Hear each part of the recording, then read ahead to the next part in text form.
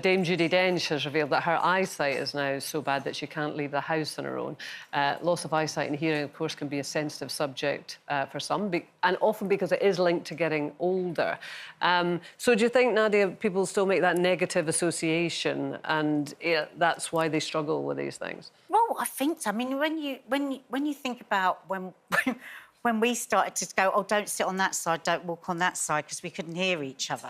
I mean, and we went on like that for quite a while, didn't we? And just like not doing anything about it. I think, especially with hearing, with our sight, you know, we just put glasses on, but with hearing, there does seem to be a bit of a block. And then it turned out that you did actually have a block with your hearing, and you got your hearing aids. And then we found out that I not only had good hearing, I had exceptional hearing. Oh, right. She always goes on about that. Were you in none in your previous life? But the thing was, I thought for a while that I did, because what it was I had really compacted ears, and I had never had a hearing test. I'd never done any of that.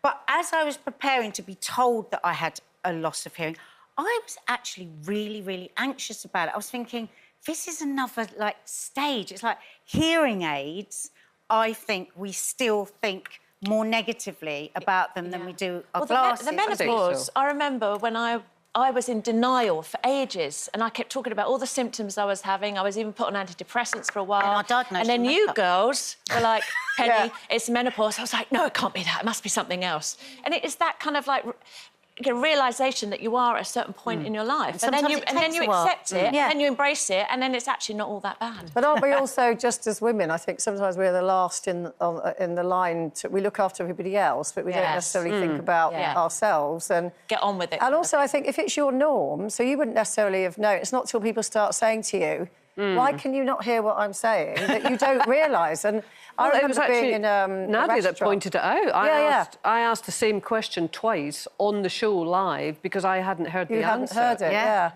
But I remember being in a... I was actually having lunch with Karen Brady, who used to do the show with us, and she said, oh, there's someone on the other side of the restaurant waving at you. And I went, is there, like this? And she said, here, try these, and gave me her... And I went...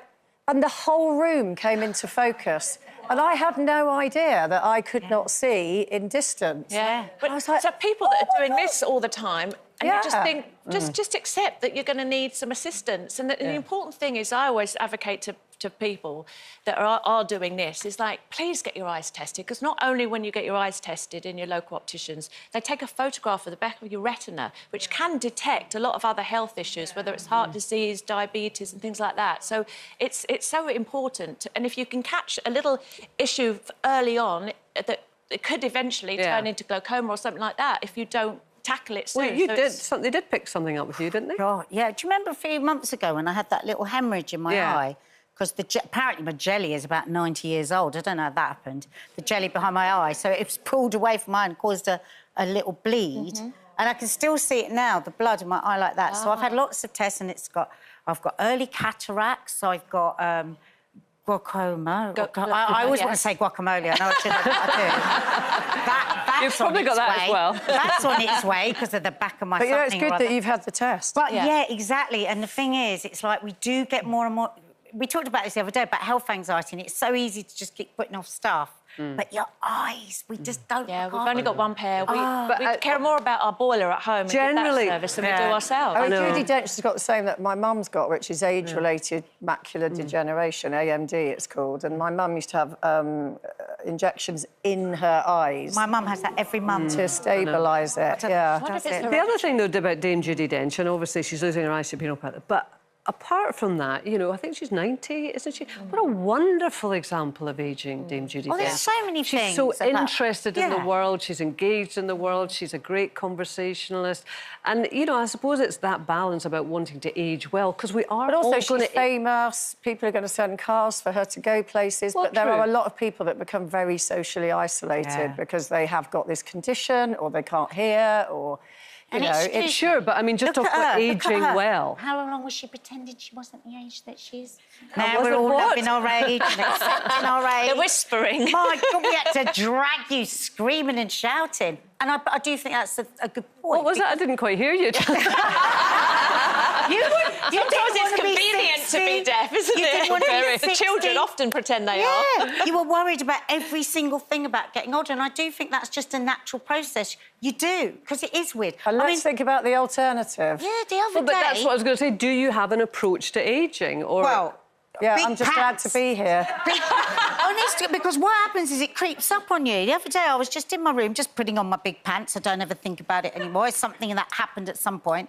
And one of my girls walked past my room with the G-string on, and I looked at her. And I was doing that thing that you do, that your mums did, was like, well, you look like you've got a cheese string going up your bottom. Is your bottom a roll of Edam cheese? You know, all that stuff. And I thought, I've become that. But actually, it's all right. Yeah. Because lots of it just comes in around the side, you know, and it's like, OK. But some of the more frightening things, like here, if you just deal with them, after a bit, they become OK as well. Yeah. How big are the pants? They're there, and they're all the way round, and they're just so comfy. Lovely. I can really be myself in them. Lovely.